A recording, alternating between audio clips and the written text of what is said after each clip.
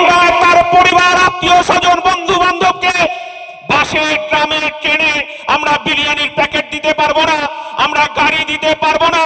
আপনাদেরকে দায়িত্ব নিয়ে হাজার হাজার মানুষ এই আমডাঙ্গা থেকে তাদের অধিকার ফিরে পাওয়ার দাবি নিয়ে নওশাদ সিদ্দিকীর জনসভা ধর্মতলা শহীদ মিনারে উপস্থিত হবে। এই দায়িত্ব স্টুডেন্ট ফান্ডকে দায়িত্ব নিতে হবে। আমরা জানি স্টুডেন্ট ফান্ড লড়াই করতে জানে, স্টুডেন্ট ফান্ড লড়াইয়ের ময়দানে আছে।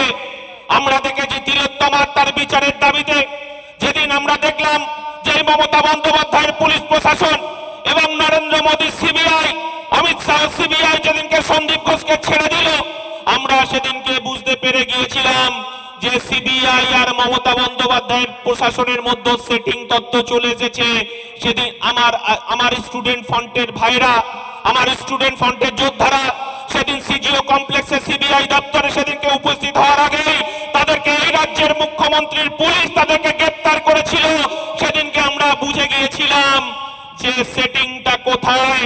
আমার তিলোত্তমার বিচার পাবে না, কিন্তু যতদিন না বিচার পাবে ততদিন নওশাদ বাহিনী রাস্তায় থাকবে, ততদিন নওশাদ বাহিনী রাস্তায় থেকেই মুখ্যমন্ত্রীর বিরুদ্ধে আঙুল তুলে বলবো, রাজা তোর কাপড় কোথায়। কারণ এই রাজ্যের মুখ্যমন্ত্রী তিনি প্রশাসনটাকে উল্লঙ্ঘ করে ফেলেছেন, তার পুলিশ প্রশাসনটাকে পার্টির সঙ্গে মিশিয়ে ফেলেছেন, গরিব মানুষের অধিকার কেড়ে নিয়েছেন, গরিব মানুষের, আদিবাসী মানুষের জল জমি জঙ্গলের অধিকার কেড়ে নিয়েছে।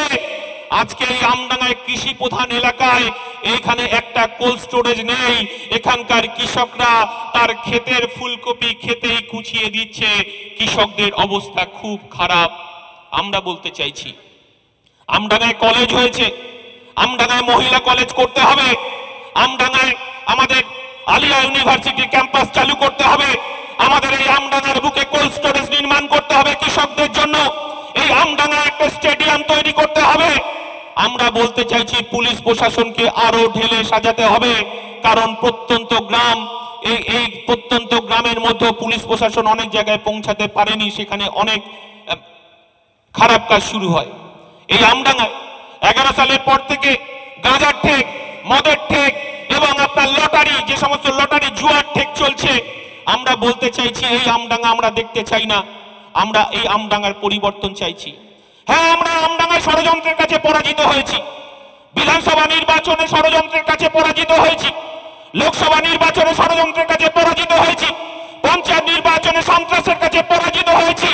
কিন্তু এই আমডাঙ্গার মানুষ পরিত্রাণ চাইছে তৃণমূল কংগ্রেস। এই আমডাঙ্গায় তৃণমূল কংগ্রেস 4-5টা ভাগে বিভক্ত। আমরা জানি, আমরা বুঝি।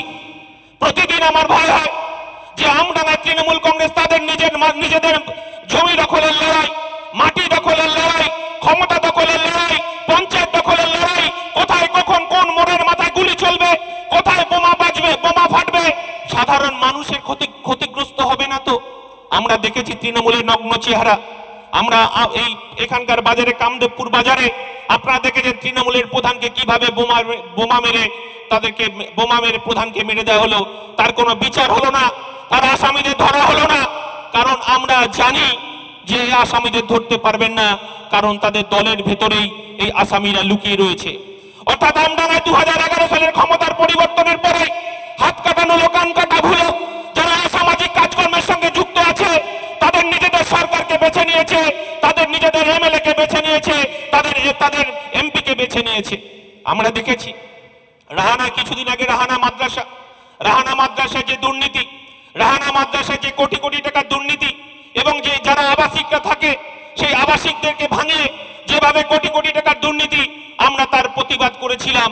সেই সঙ্গে সঙ্গে আমরা দেখেছি যে এই মাদ্রাসার সঙ্গে যারা তৃণমূলের সঙ্গে যুক্ত ছিল, আমার দলের চেয়ারম্যান, তাদেরকে সাসপেন্ড করে দিয়েছে সঙ্গে সঙ্গে। আমরা অন্যায়ের সঙ্গে কোনো আপোষ করব না, আমরা প্রতিবাদ করব, প্রতিবাদে আছি, প্রতিবাদ থাকবো। দুষ্টু গরুর থেকে শূন্য গোয়াল অনেক ভালো, আমার দলের চেয়ারম্যান এই কথাটা বলেছেন। লড়াই হবে একজন। বিধানসভায় যেমন 294 জন এমএলএ আছেন, 294 জন, তার মধ্যে আপনারা দেখেছেন 77 জন বিজেপি। এই রাজ্যের বিরোধী শক্তি বিজেপি, কিন্তু বিধানসভায় আমরা দেখলাম তৃণমূলের আসলে যাহাই তৃণমূল তাহাই বিজেপি, যাহাই বিজেপি তাই তৃণমূল, কে যে কখন কোন পার্টিটা করে বোঝা মুশকিল। তাই 293 জন এমএলএ একদিকে, আর আমার দলের চেয়ারম্যান ভাঙড়ের বিধায়ক একদিকে। আমরা দেখলাম এই আমডাঙ্গায় ওয়াকফ সম্পত্তি লুট হয়ে গেল। ওয়াকফ সম্পত্তি লুট করে সেখানে বাড়ি তৈরি হচ্ছে, সেখানে ব্যক্তিগত দোকান তৈরি হচ্ছে, ব্যক্তিগতভাবে সেখানে ব্যবহারের জন্য সেখানকে প্রমোটিং করা হচ্ছে। আমরা বলছি আমডাঙ্গায় যেমন দেবোত্তর সম্পত্তি আমরা উদ্ধারের কথা বলছি, ঠিক তেমনি আমরা আমডাঙ্গায় ওয়াকফ সম্পত্তি যে লুট হচ্ছে, এই ওয়াকফ সম্পত্তির লুটকে আমরা বলতে চাইছি ওয়াকফ সম্পত্তি যে সমস্ত জমিগুলো লুট হয়েছে সেগুলোকে আমাদের ওয়াকফ সম্পত্তি হিসেবে আবার ফেরত দিতে হবে। কারণ শাসক দলের নেতারা ওয়াকফ সম্পত্তি দখল করে বসে রয়েছে এই আমডাঙ্গাতে। এই জিনিস কতদিন চলবে? এই লুটের আমডাঙ্গা হতে দেওয়া যায় না। তাই আজকে স্টুডেন্ট ফ্রন্টের এই সভায় আমার দলের চেয়ারম্যান তার বক্তব্য, তার বিধানসভা লড়াইয়ের কথা বলবেন, ওয়াকফ সম্পত্তি এবং ওয়াকফ বিল যে বিজেপি সরকার নিয়ে এসেছে তার বাতিলের কথা বলবেন। এবং বিধানসভায় তিনি যখন মুখ্যমন্ত্রী চোখে চোখ রেখে বলছেন যে দেবোত্তর সম্পত্তি যেমন ফেরত দিতে হবে, দেবোত্তর সম্পত্তির কমিটির হাতে তুলে দিতে হবে, ঠিক ওয়াকফ সম্পত্তি দখল মুক্ত করতে হবে। এটাই ইন্ডিয়ান সেকুলার ফ্রন্ট। আমরা বলছি বিকল্পের রাজনীতি, গরিব খেটে খাওয়া শ্রমজীবী মানুষকে অধিকার ফেরত দিতে হবে। তাই আমরা 21শে জানুয়ারি আমরা অধিকার যাত্রা শুরু করব। গরিব মানুষের অধিকার না পাওয়ার যন্ত্রণা, রেশন লুট হয়ে গেল, রেশনিং ব্যবস্থাকে লুট করে ফেললো।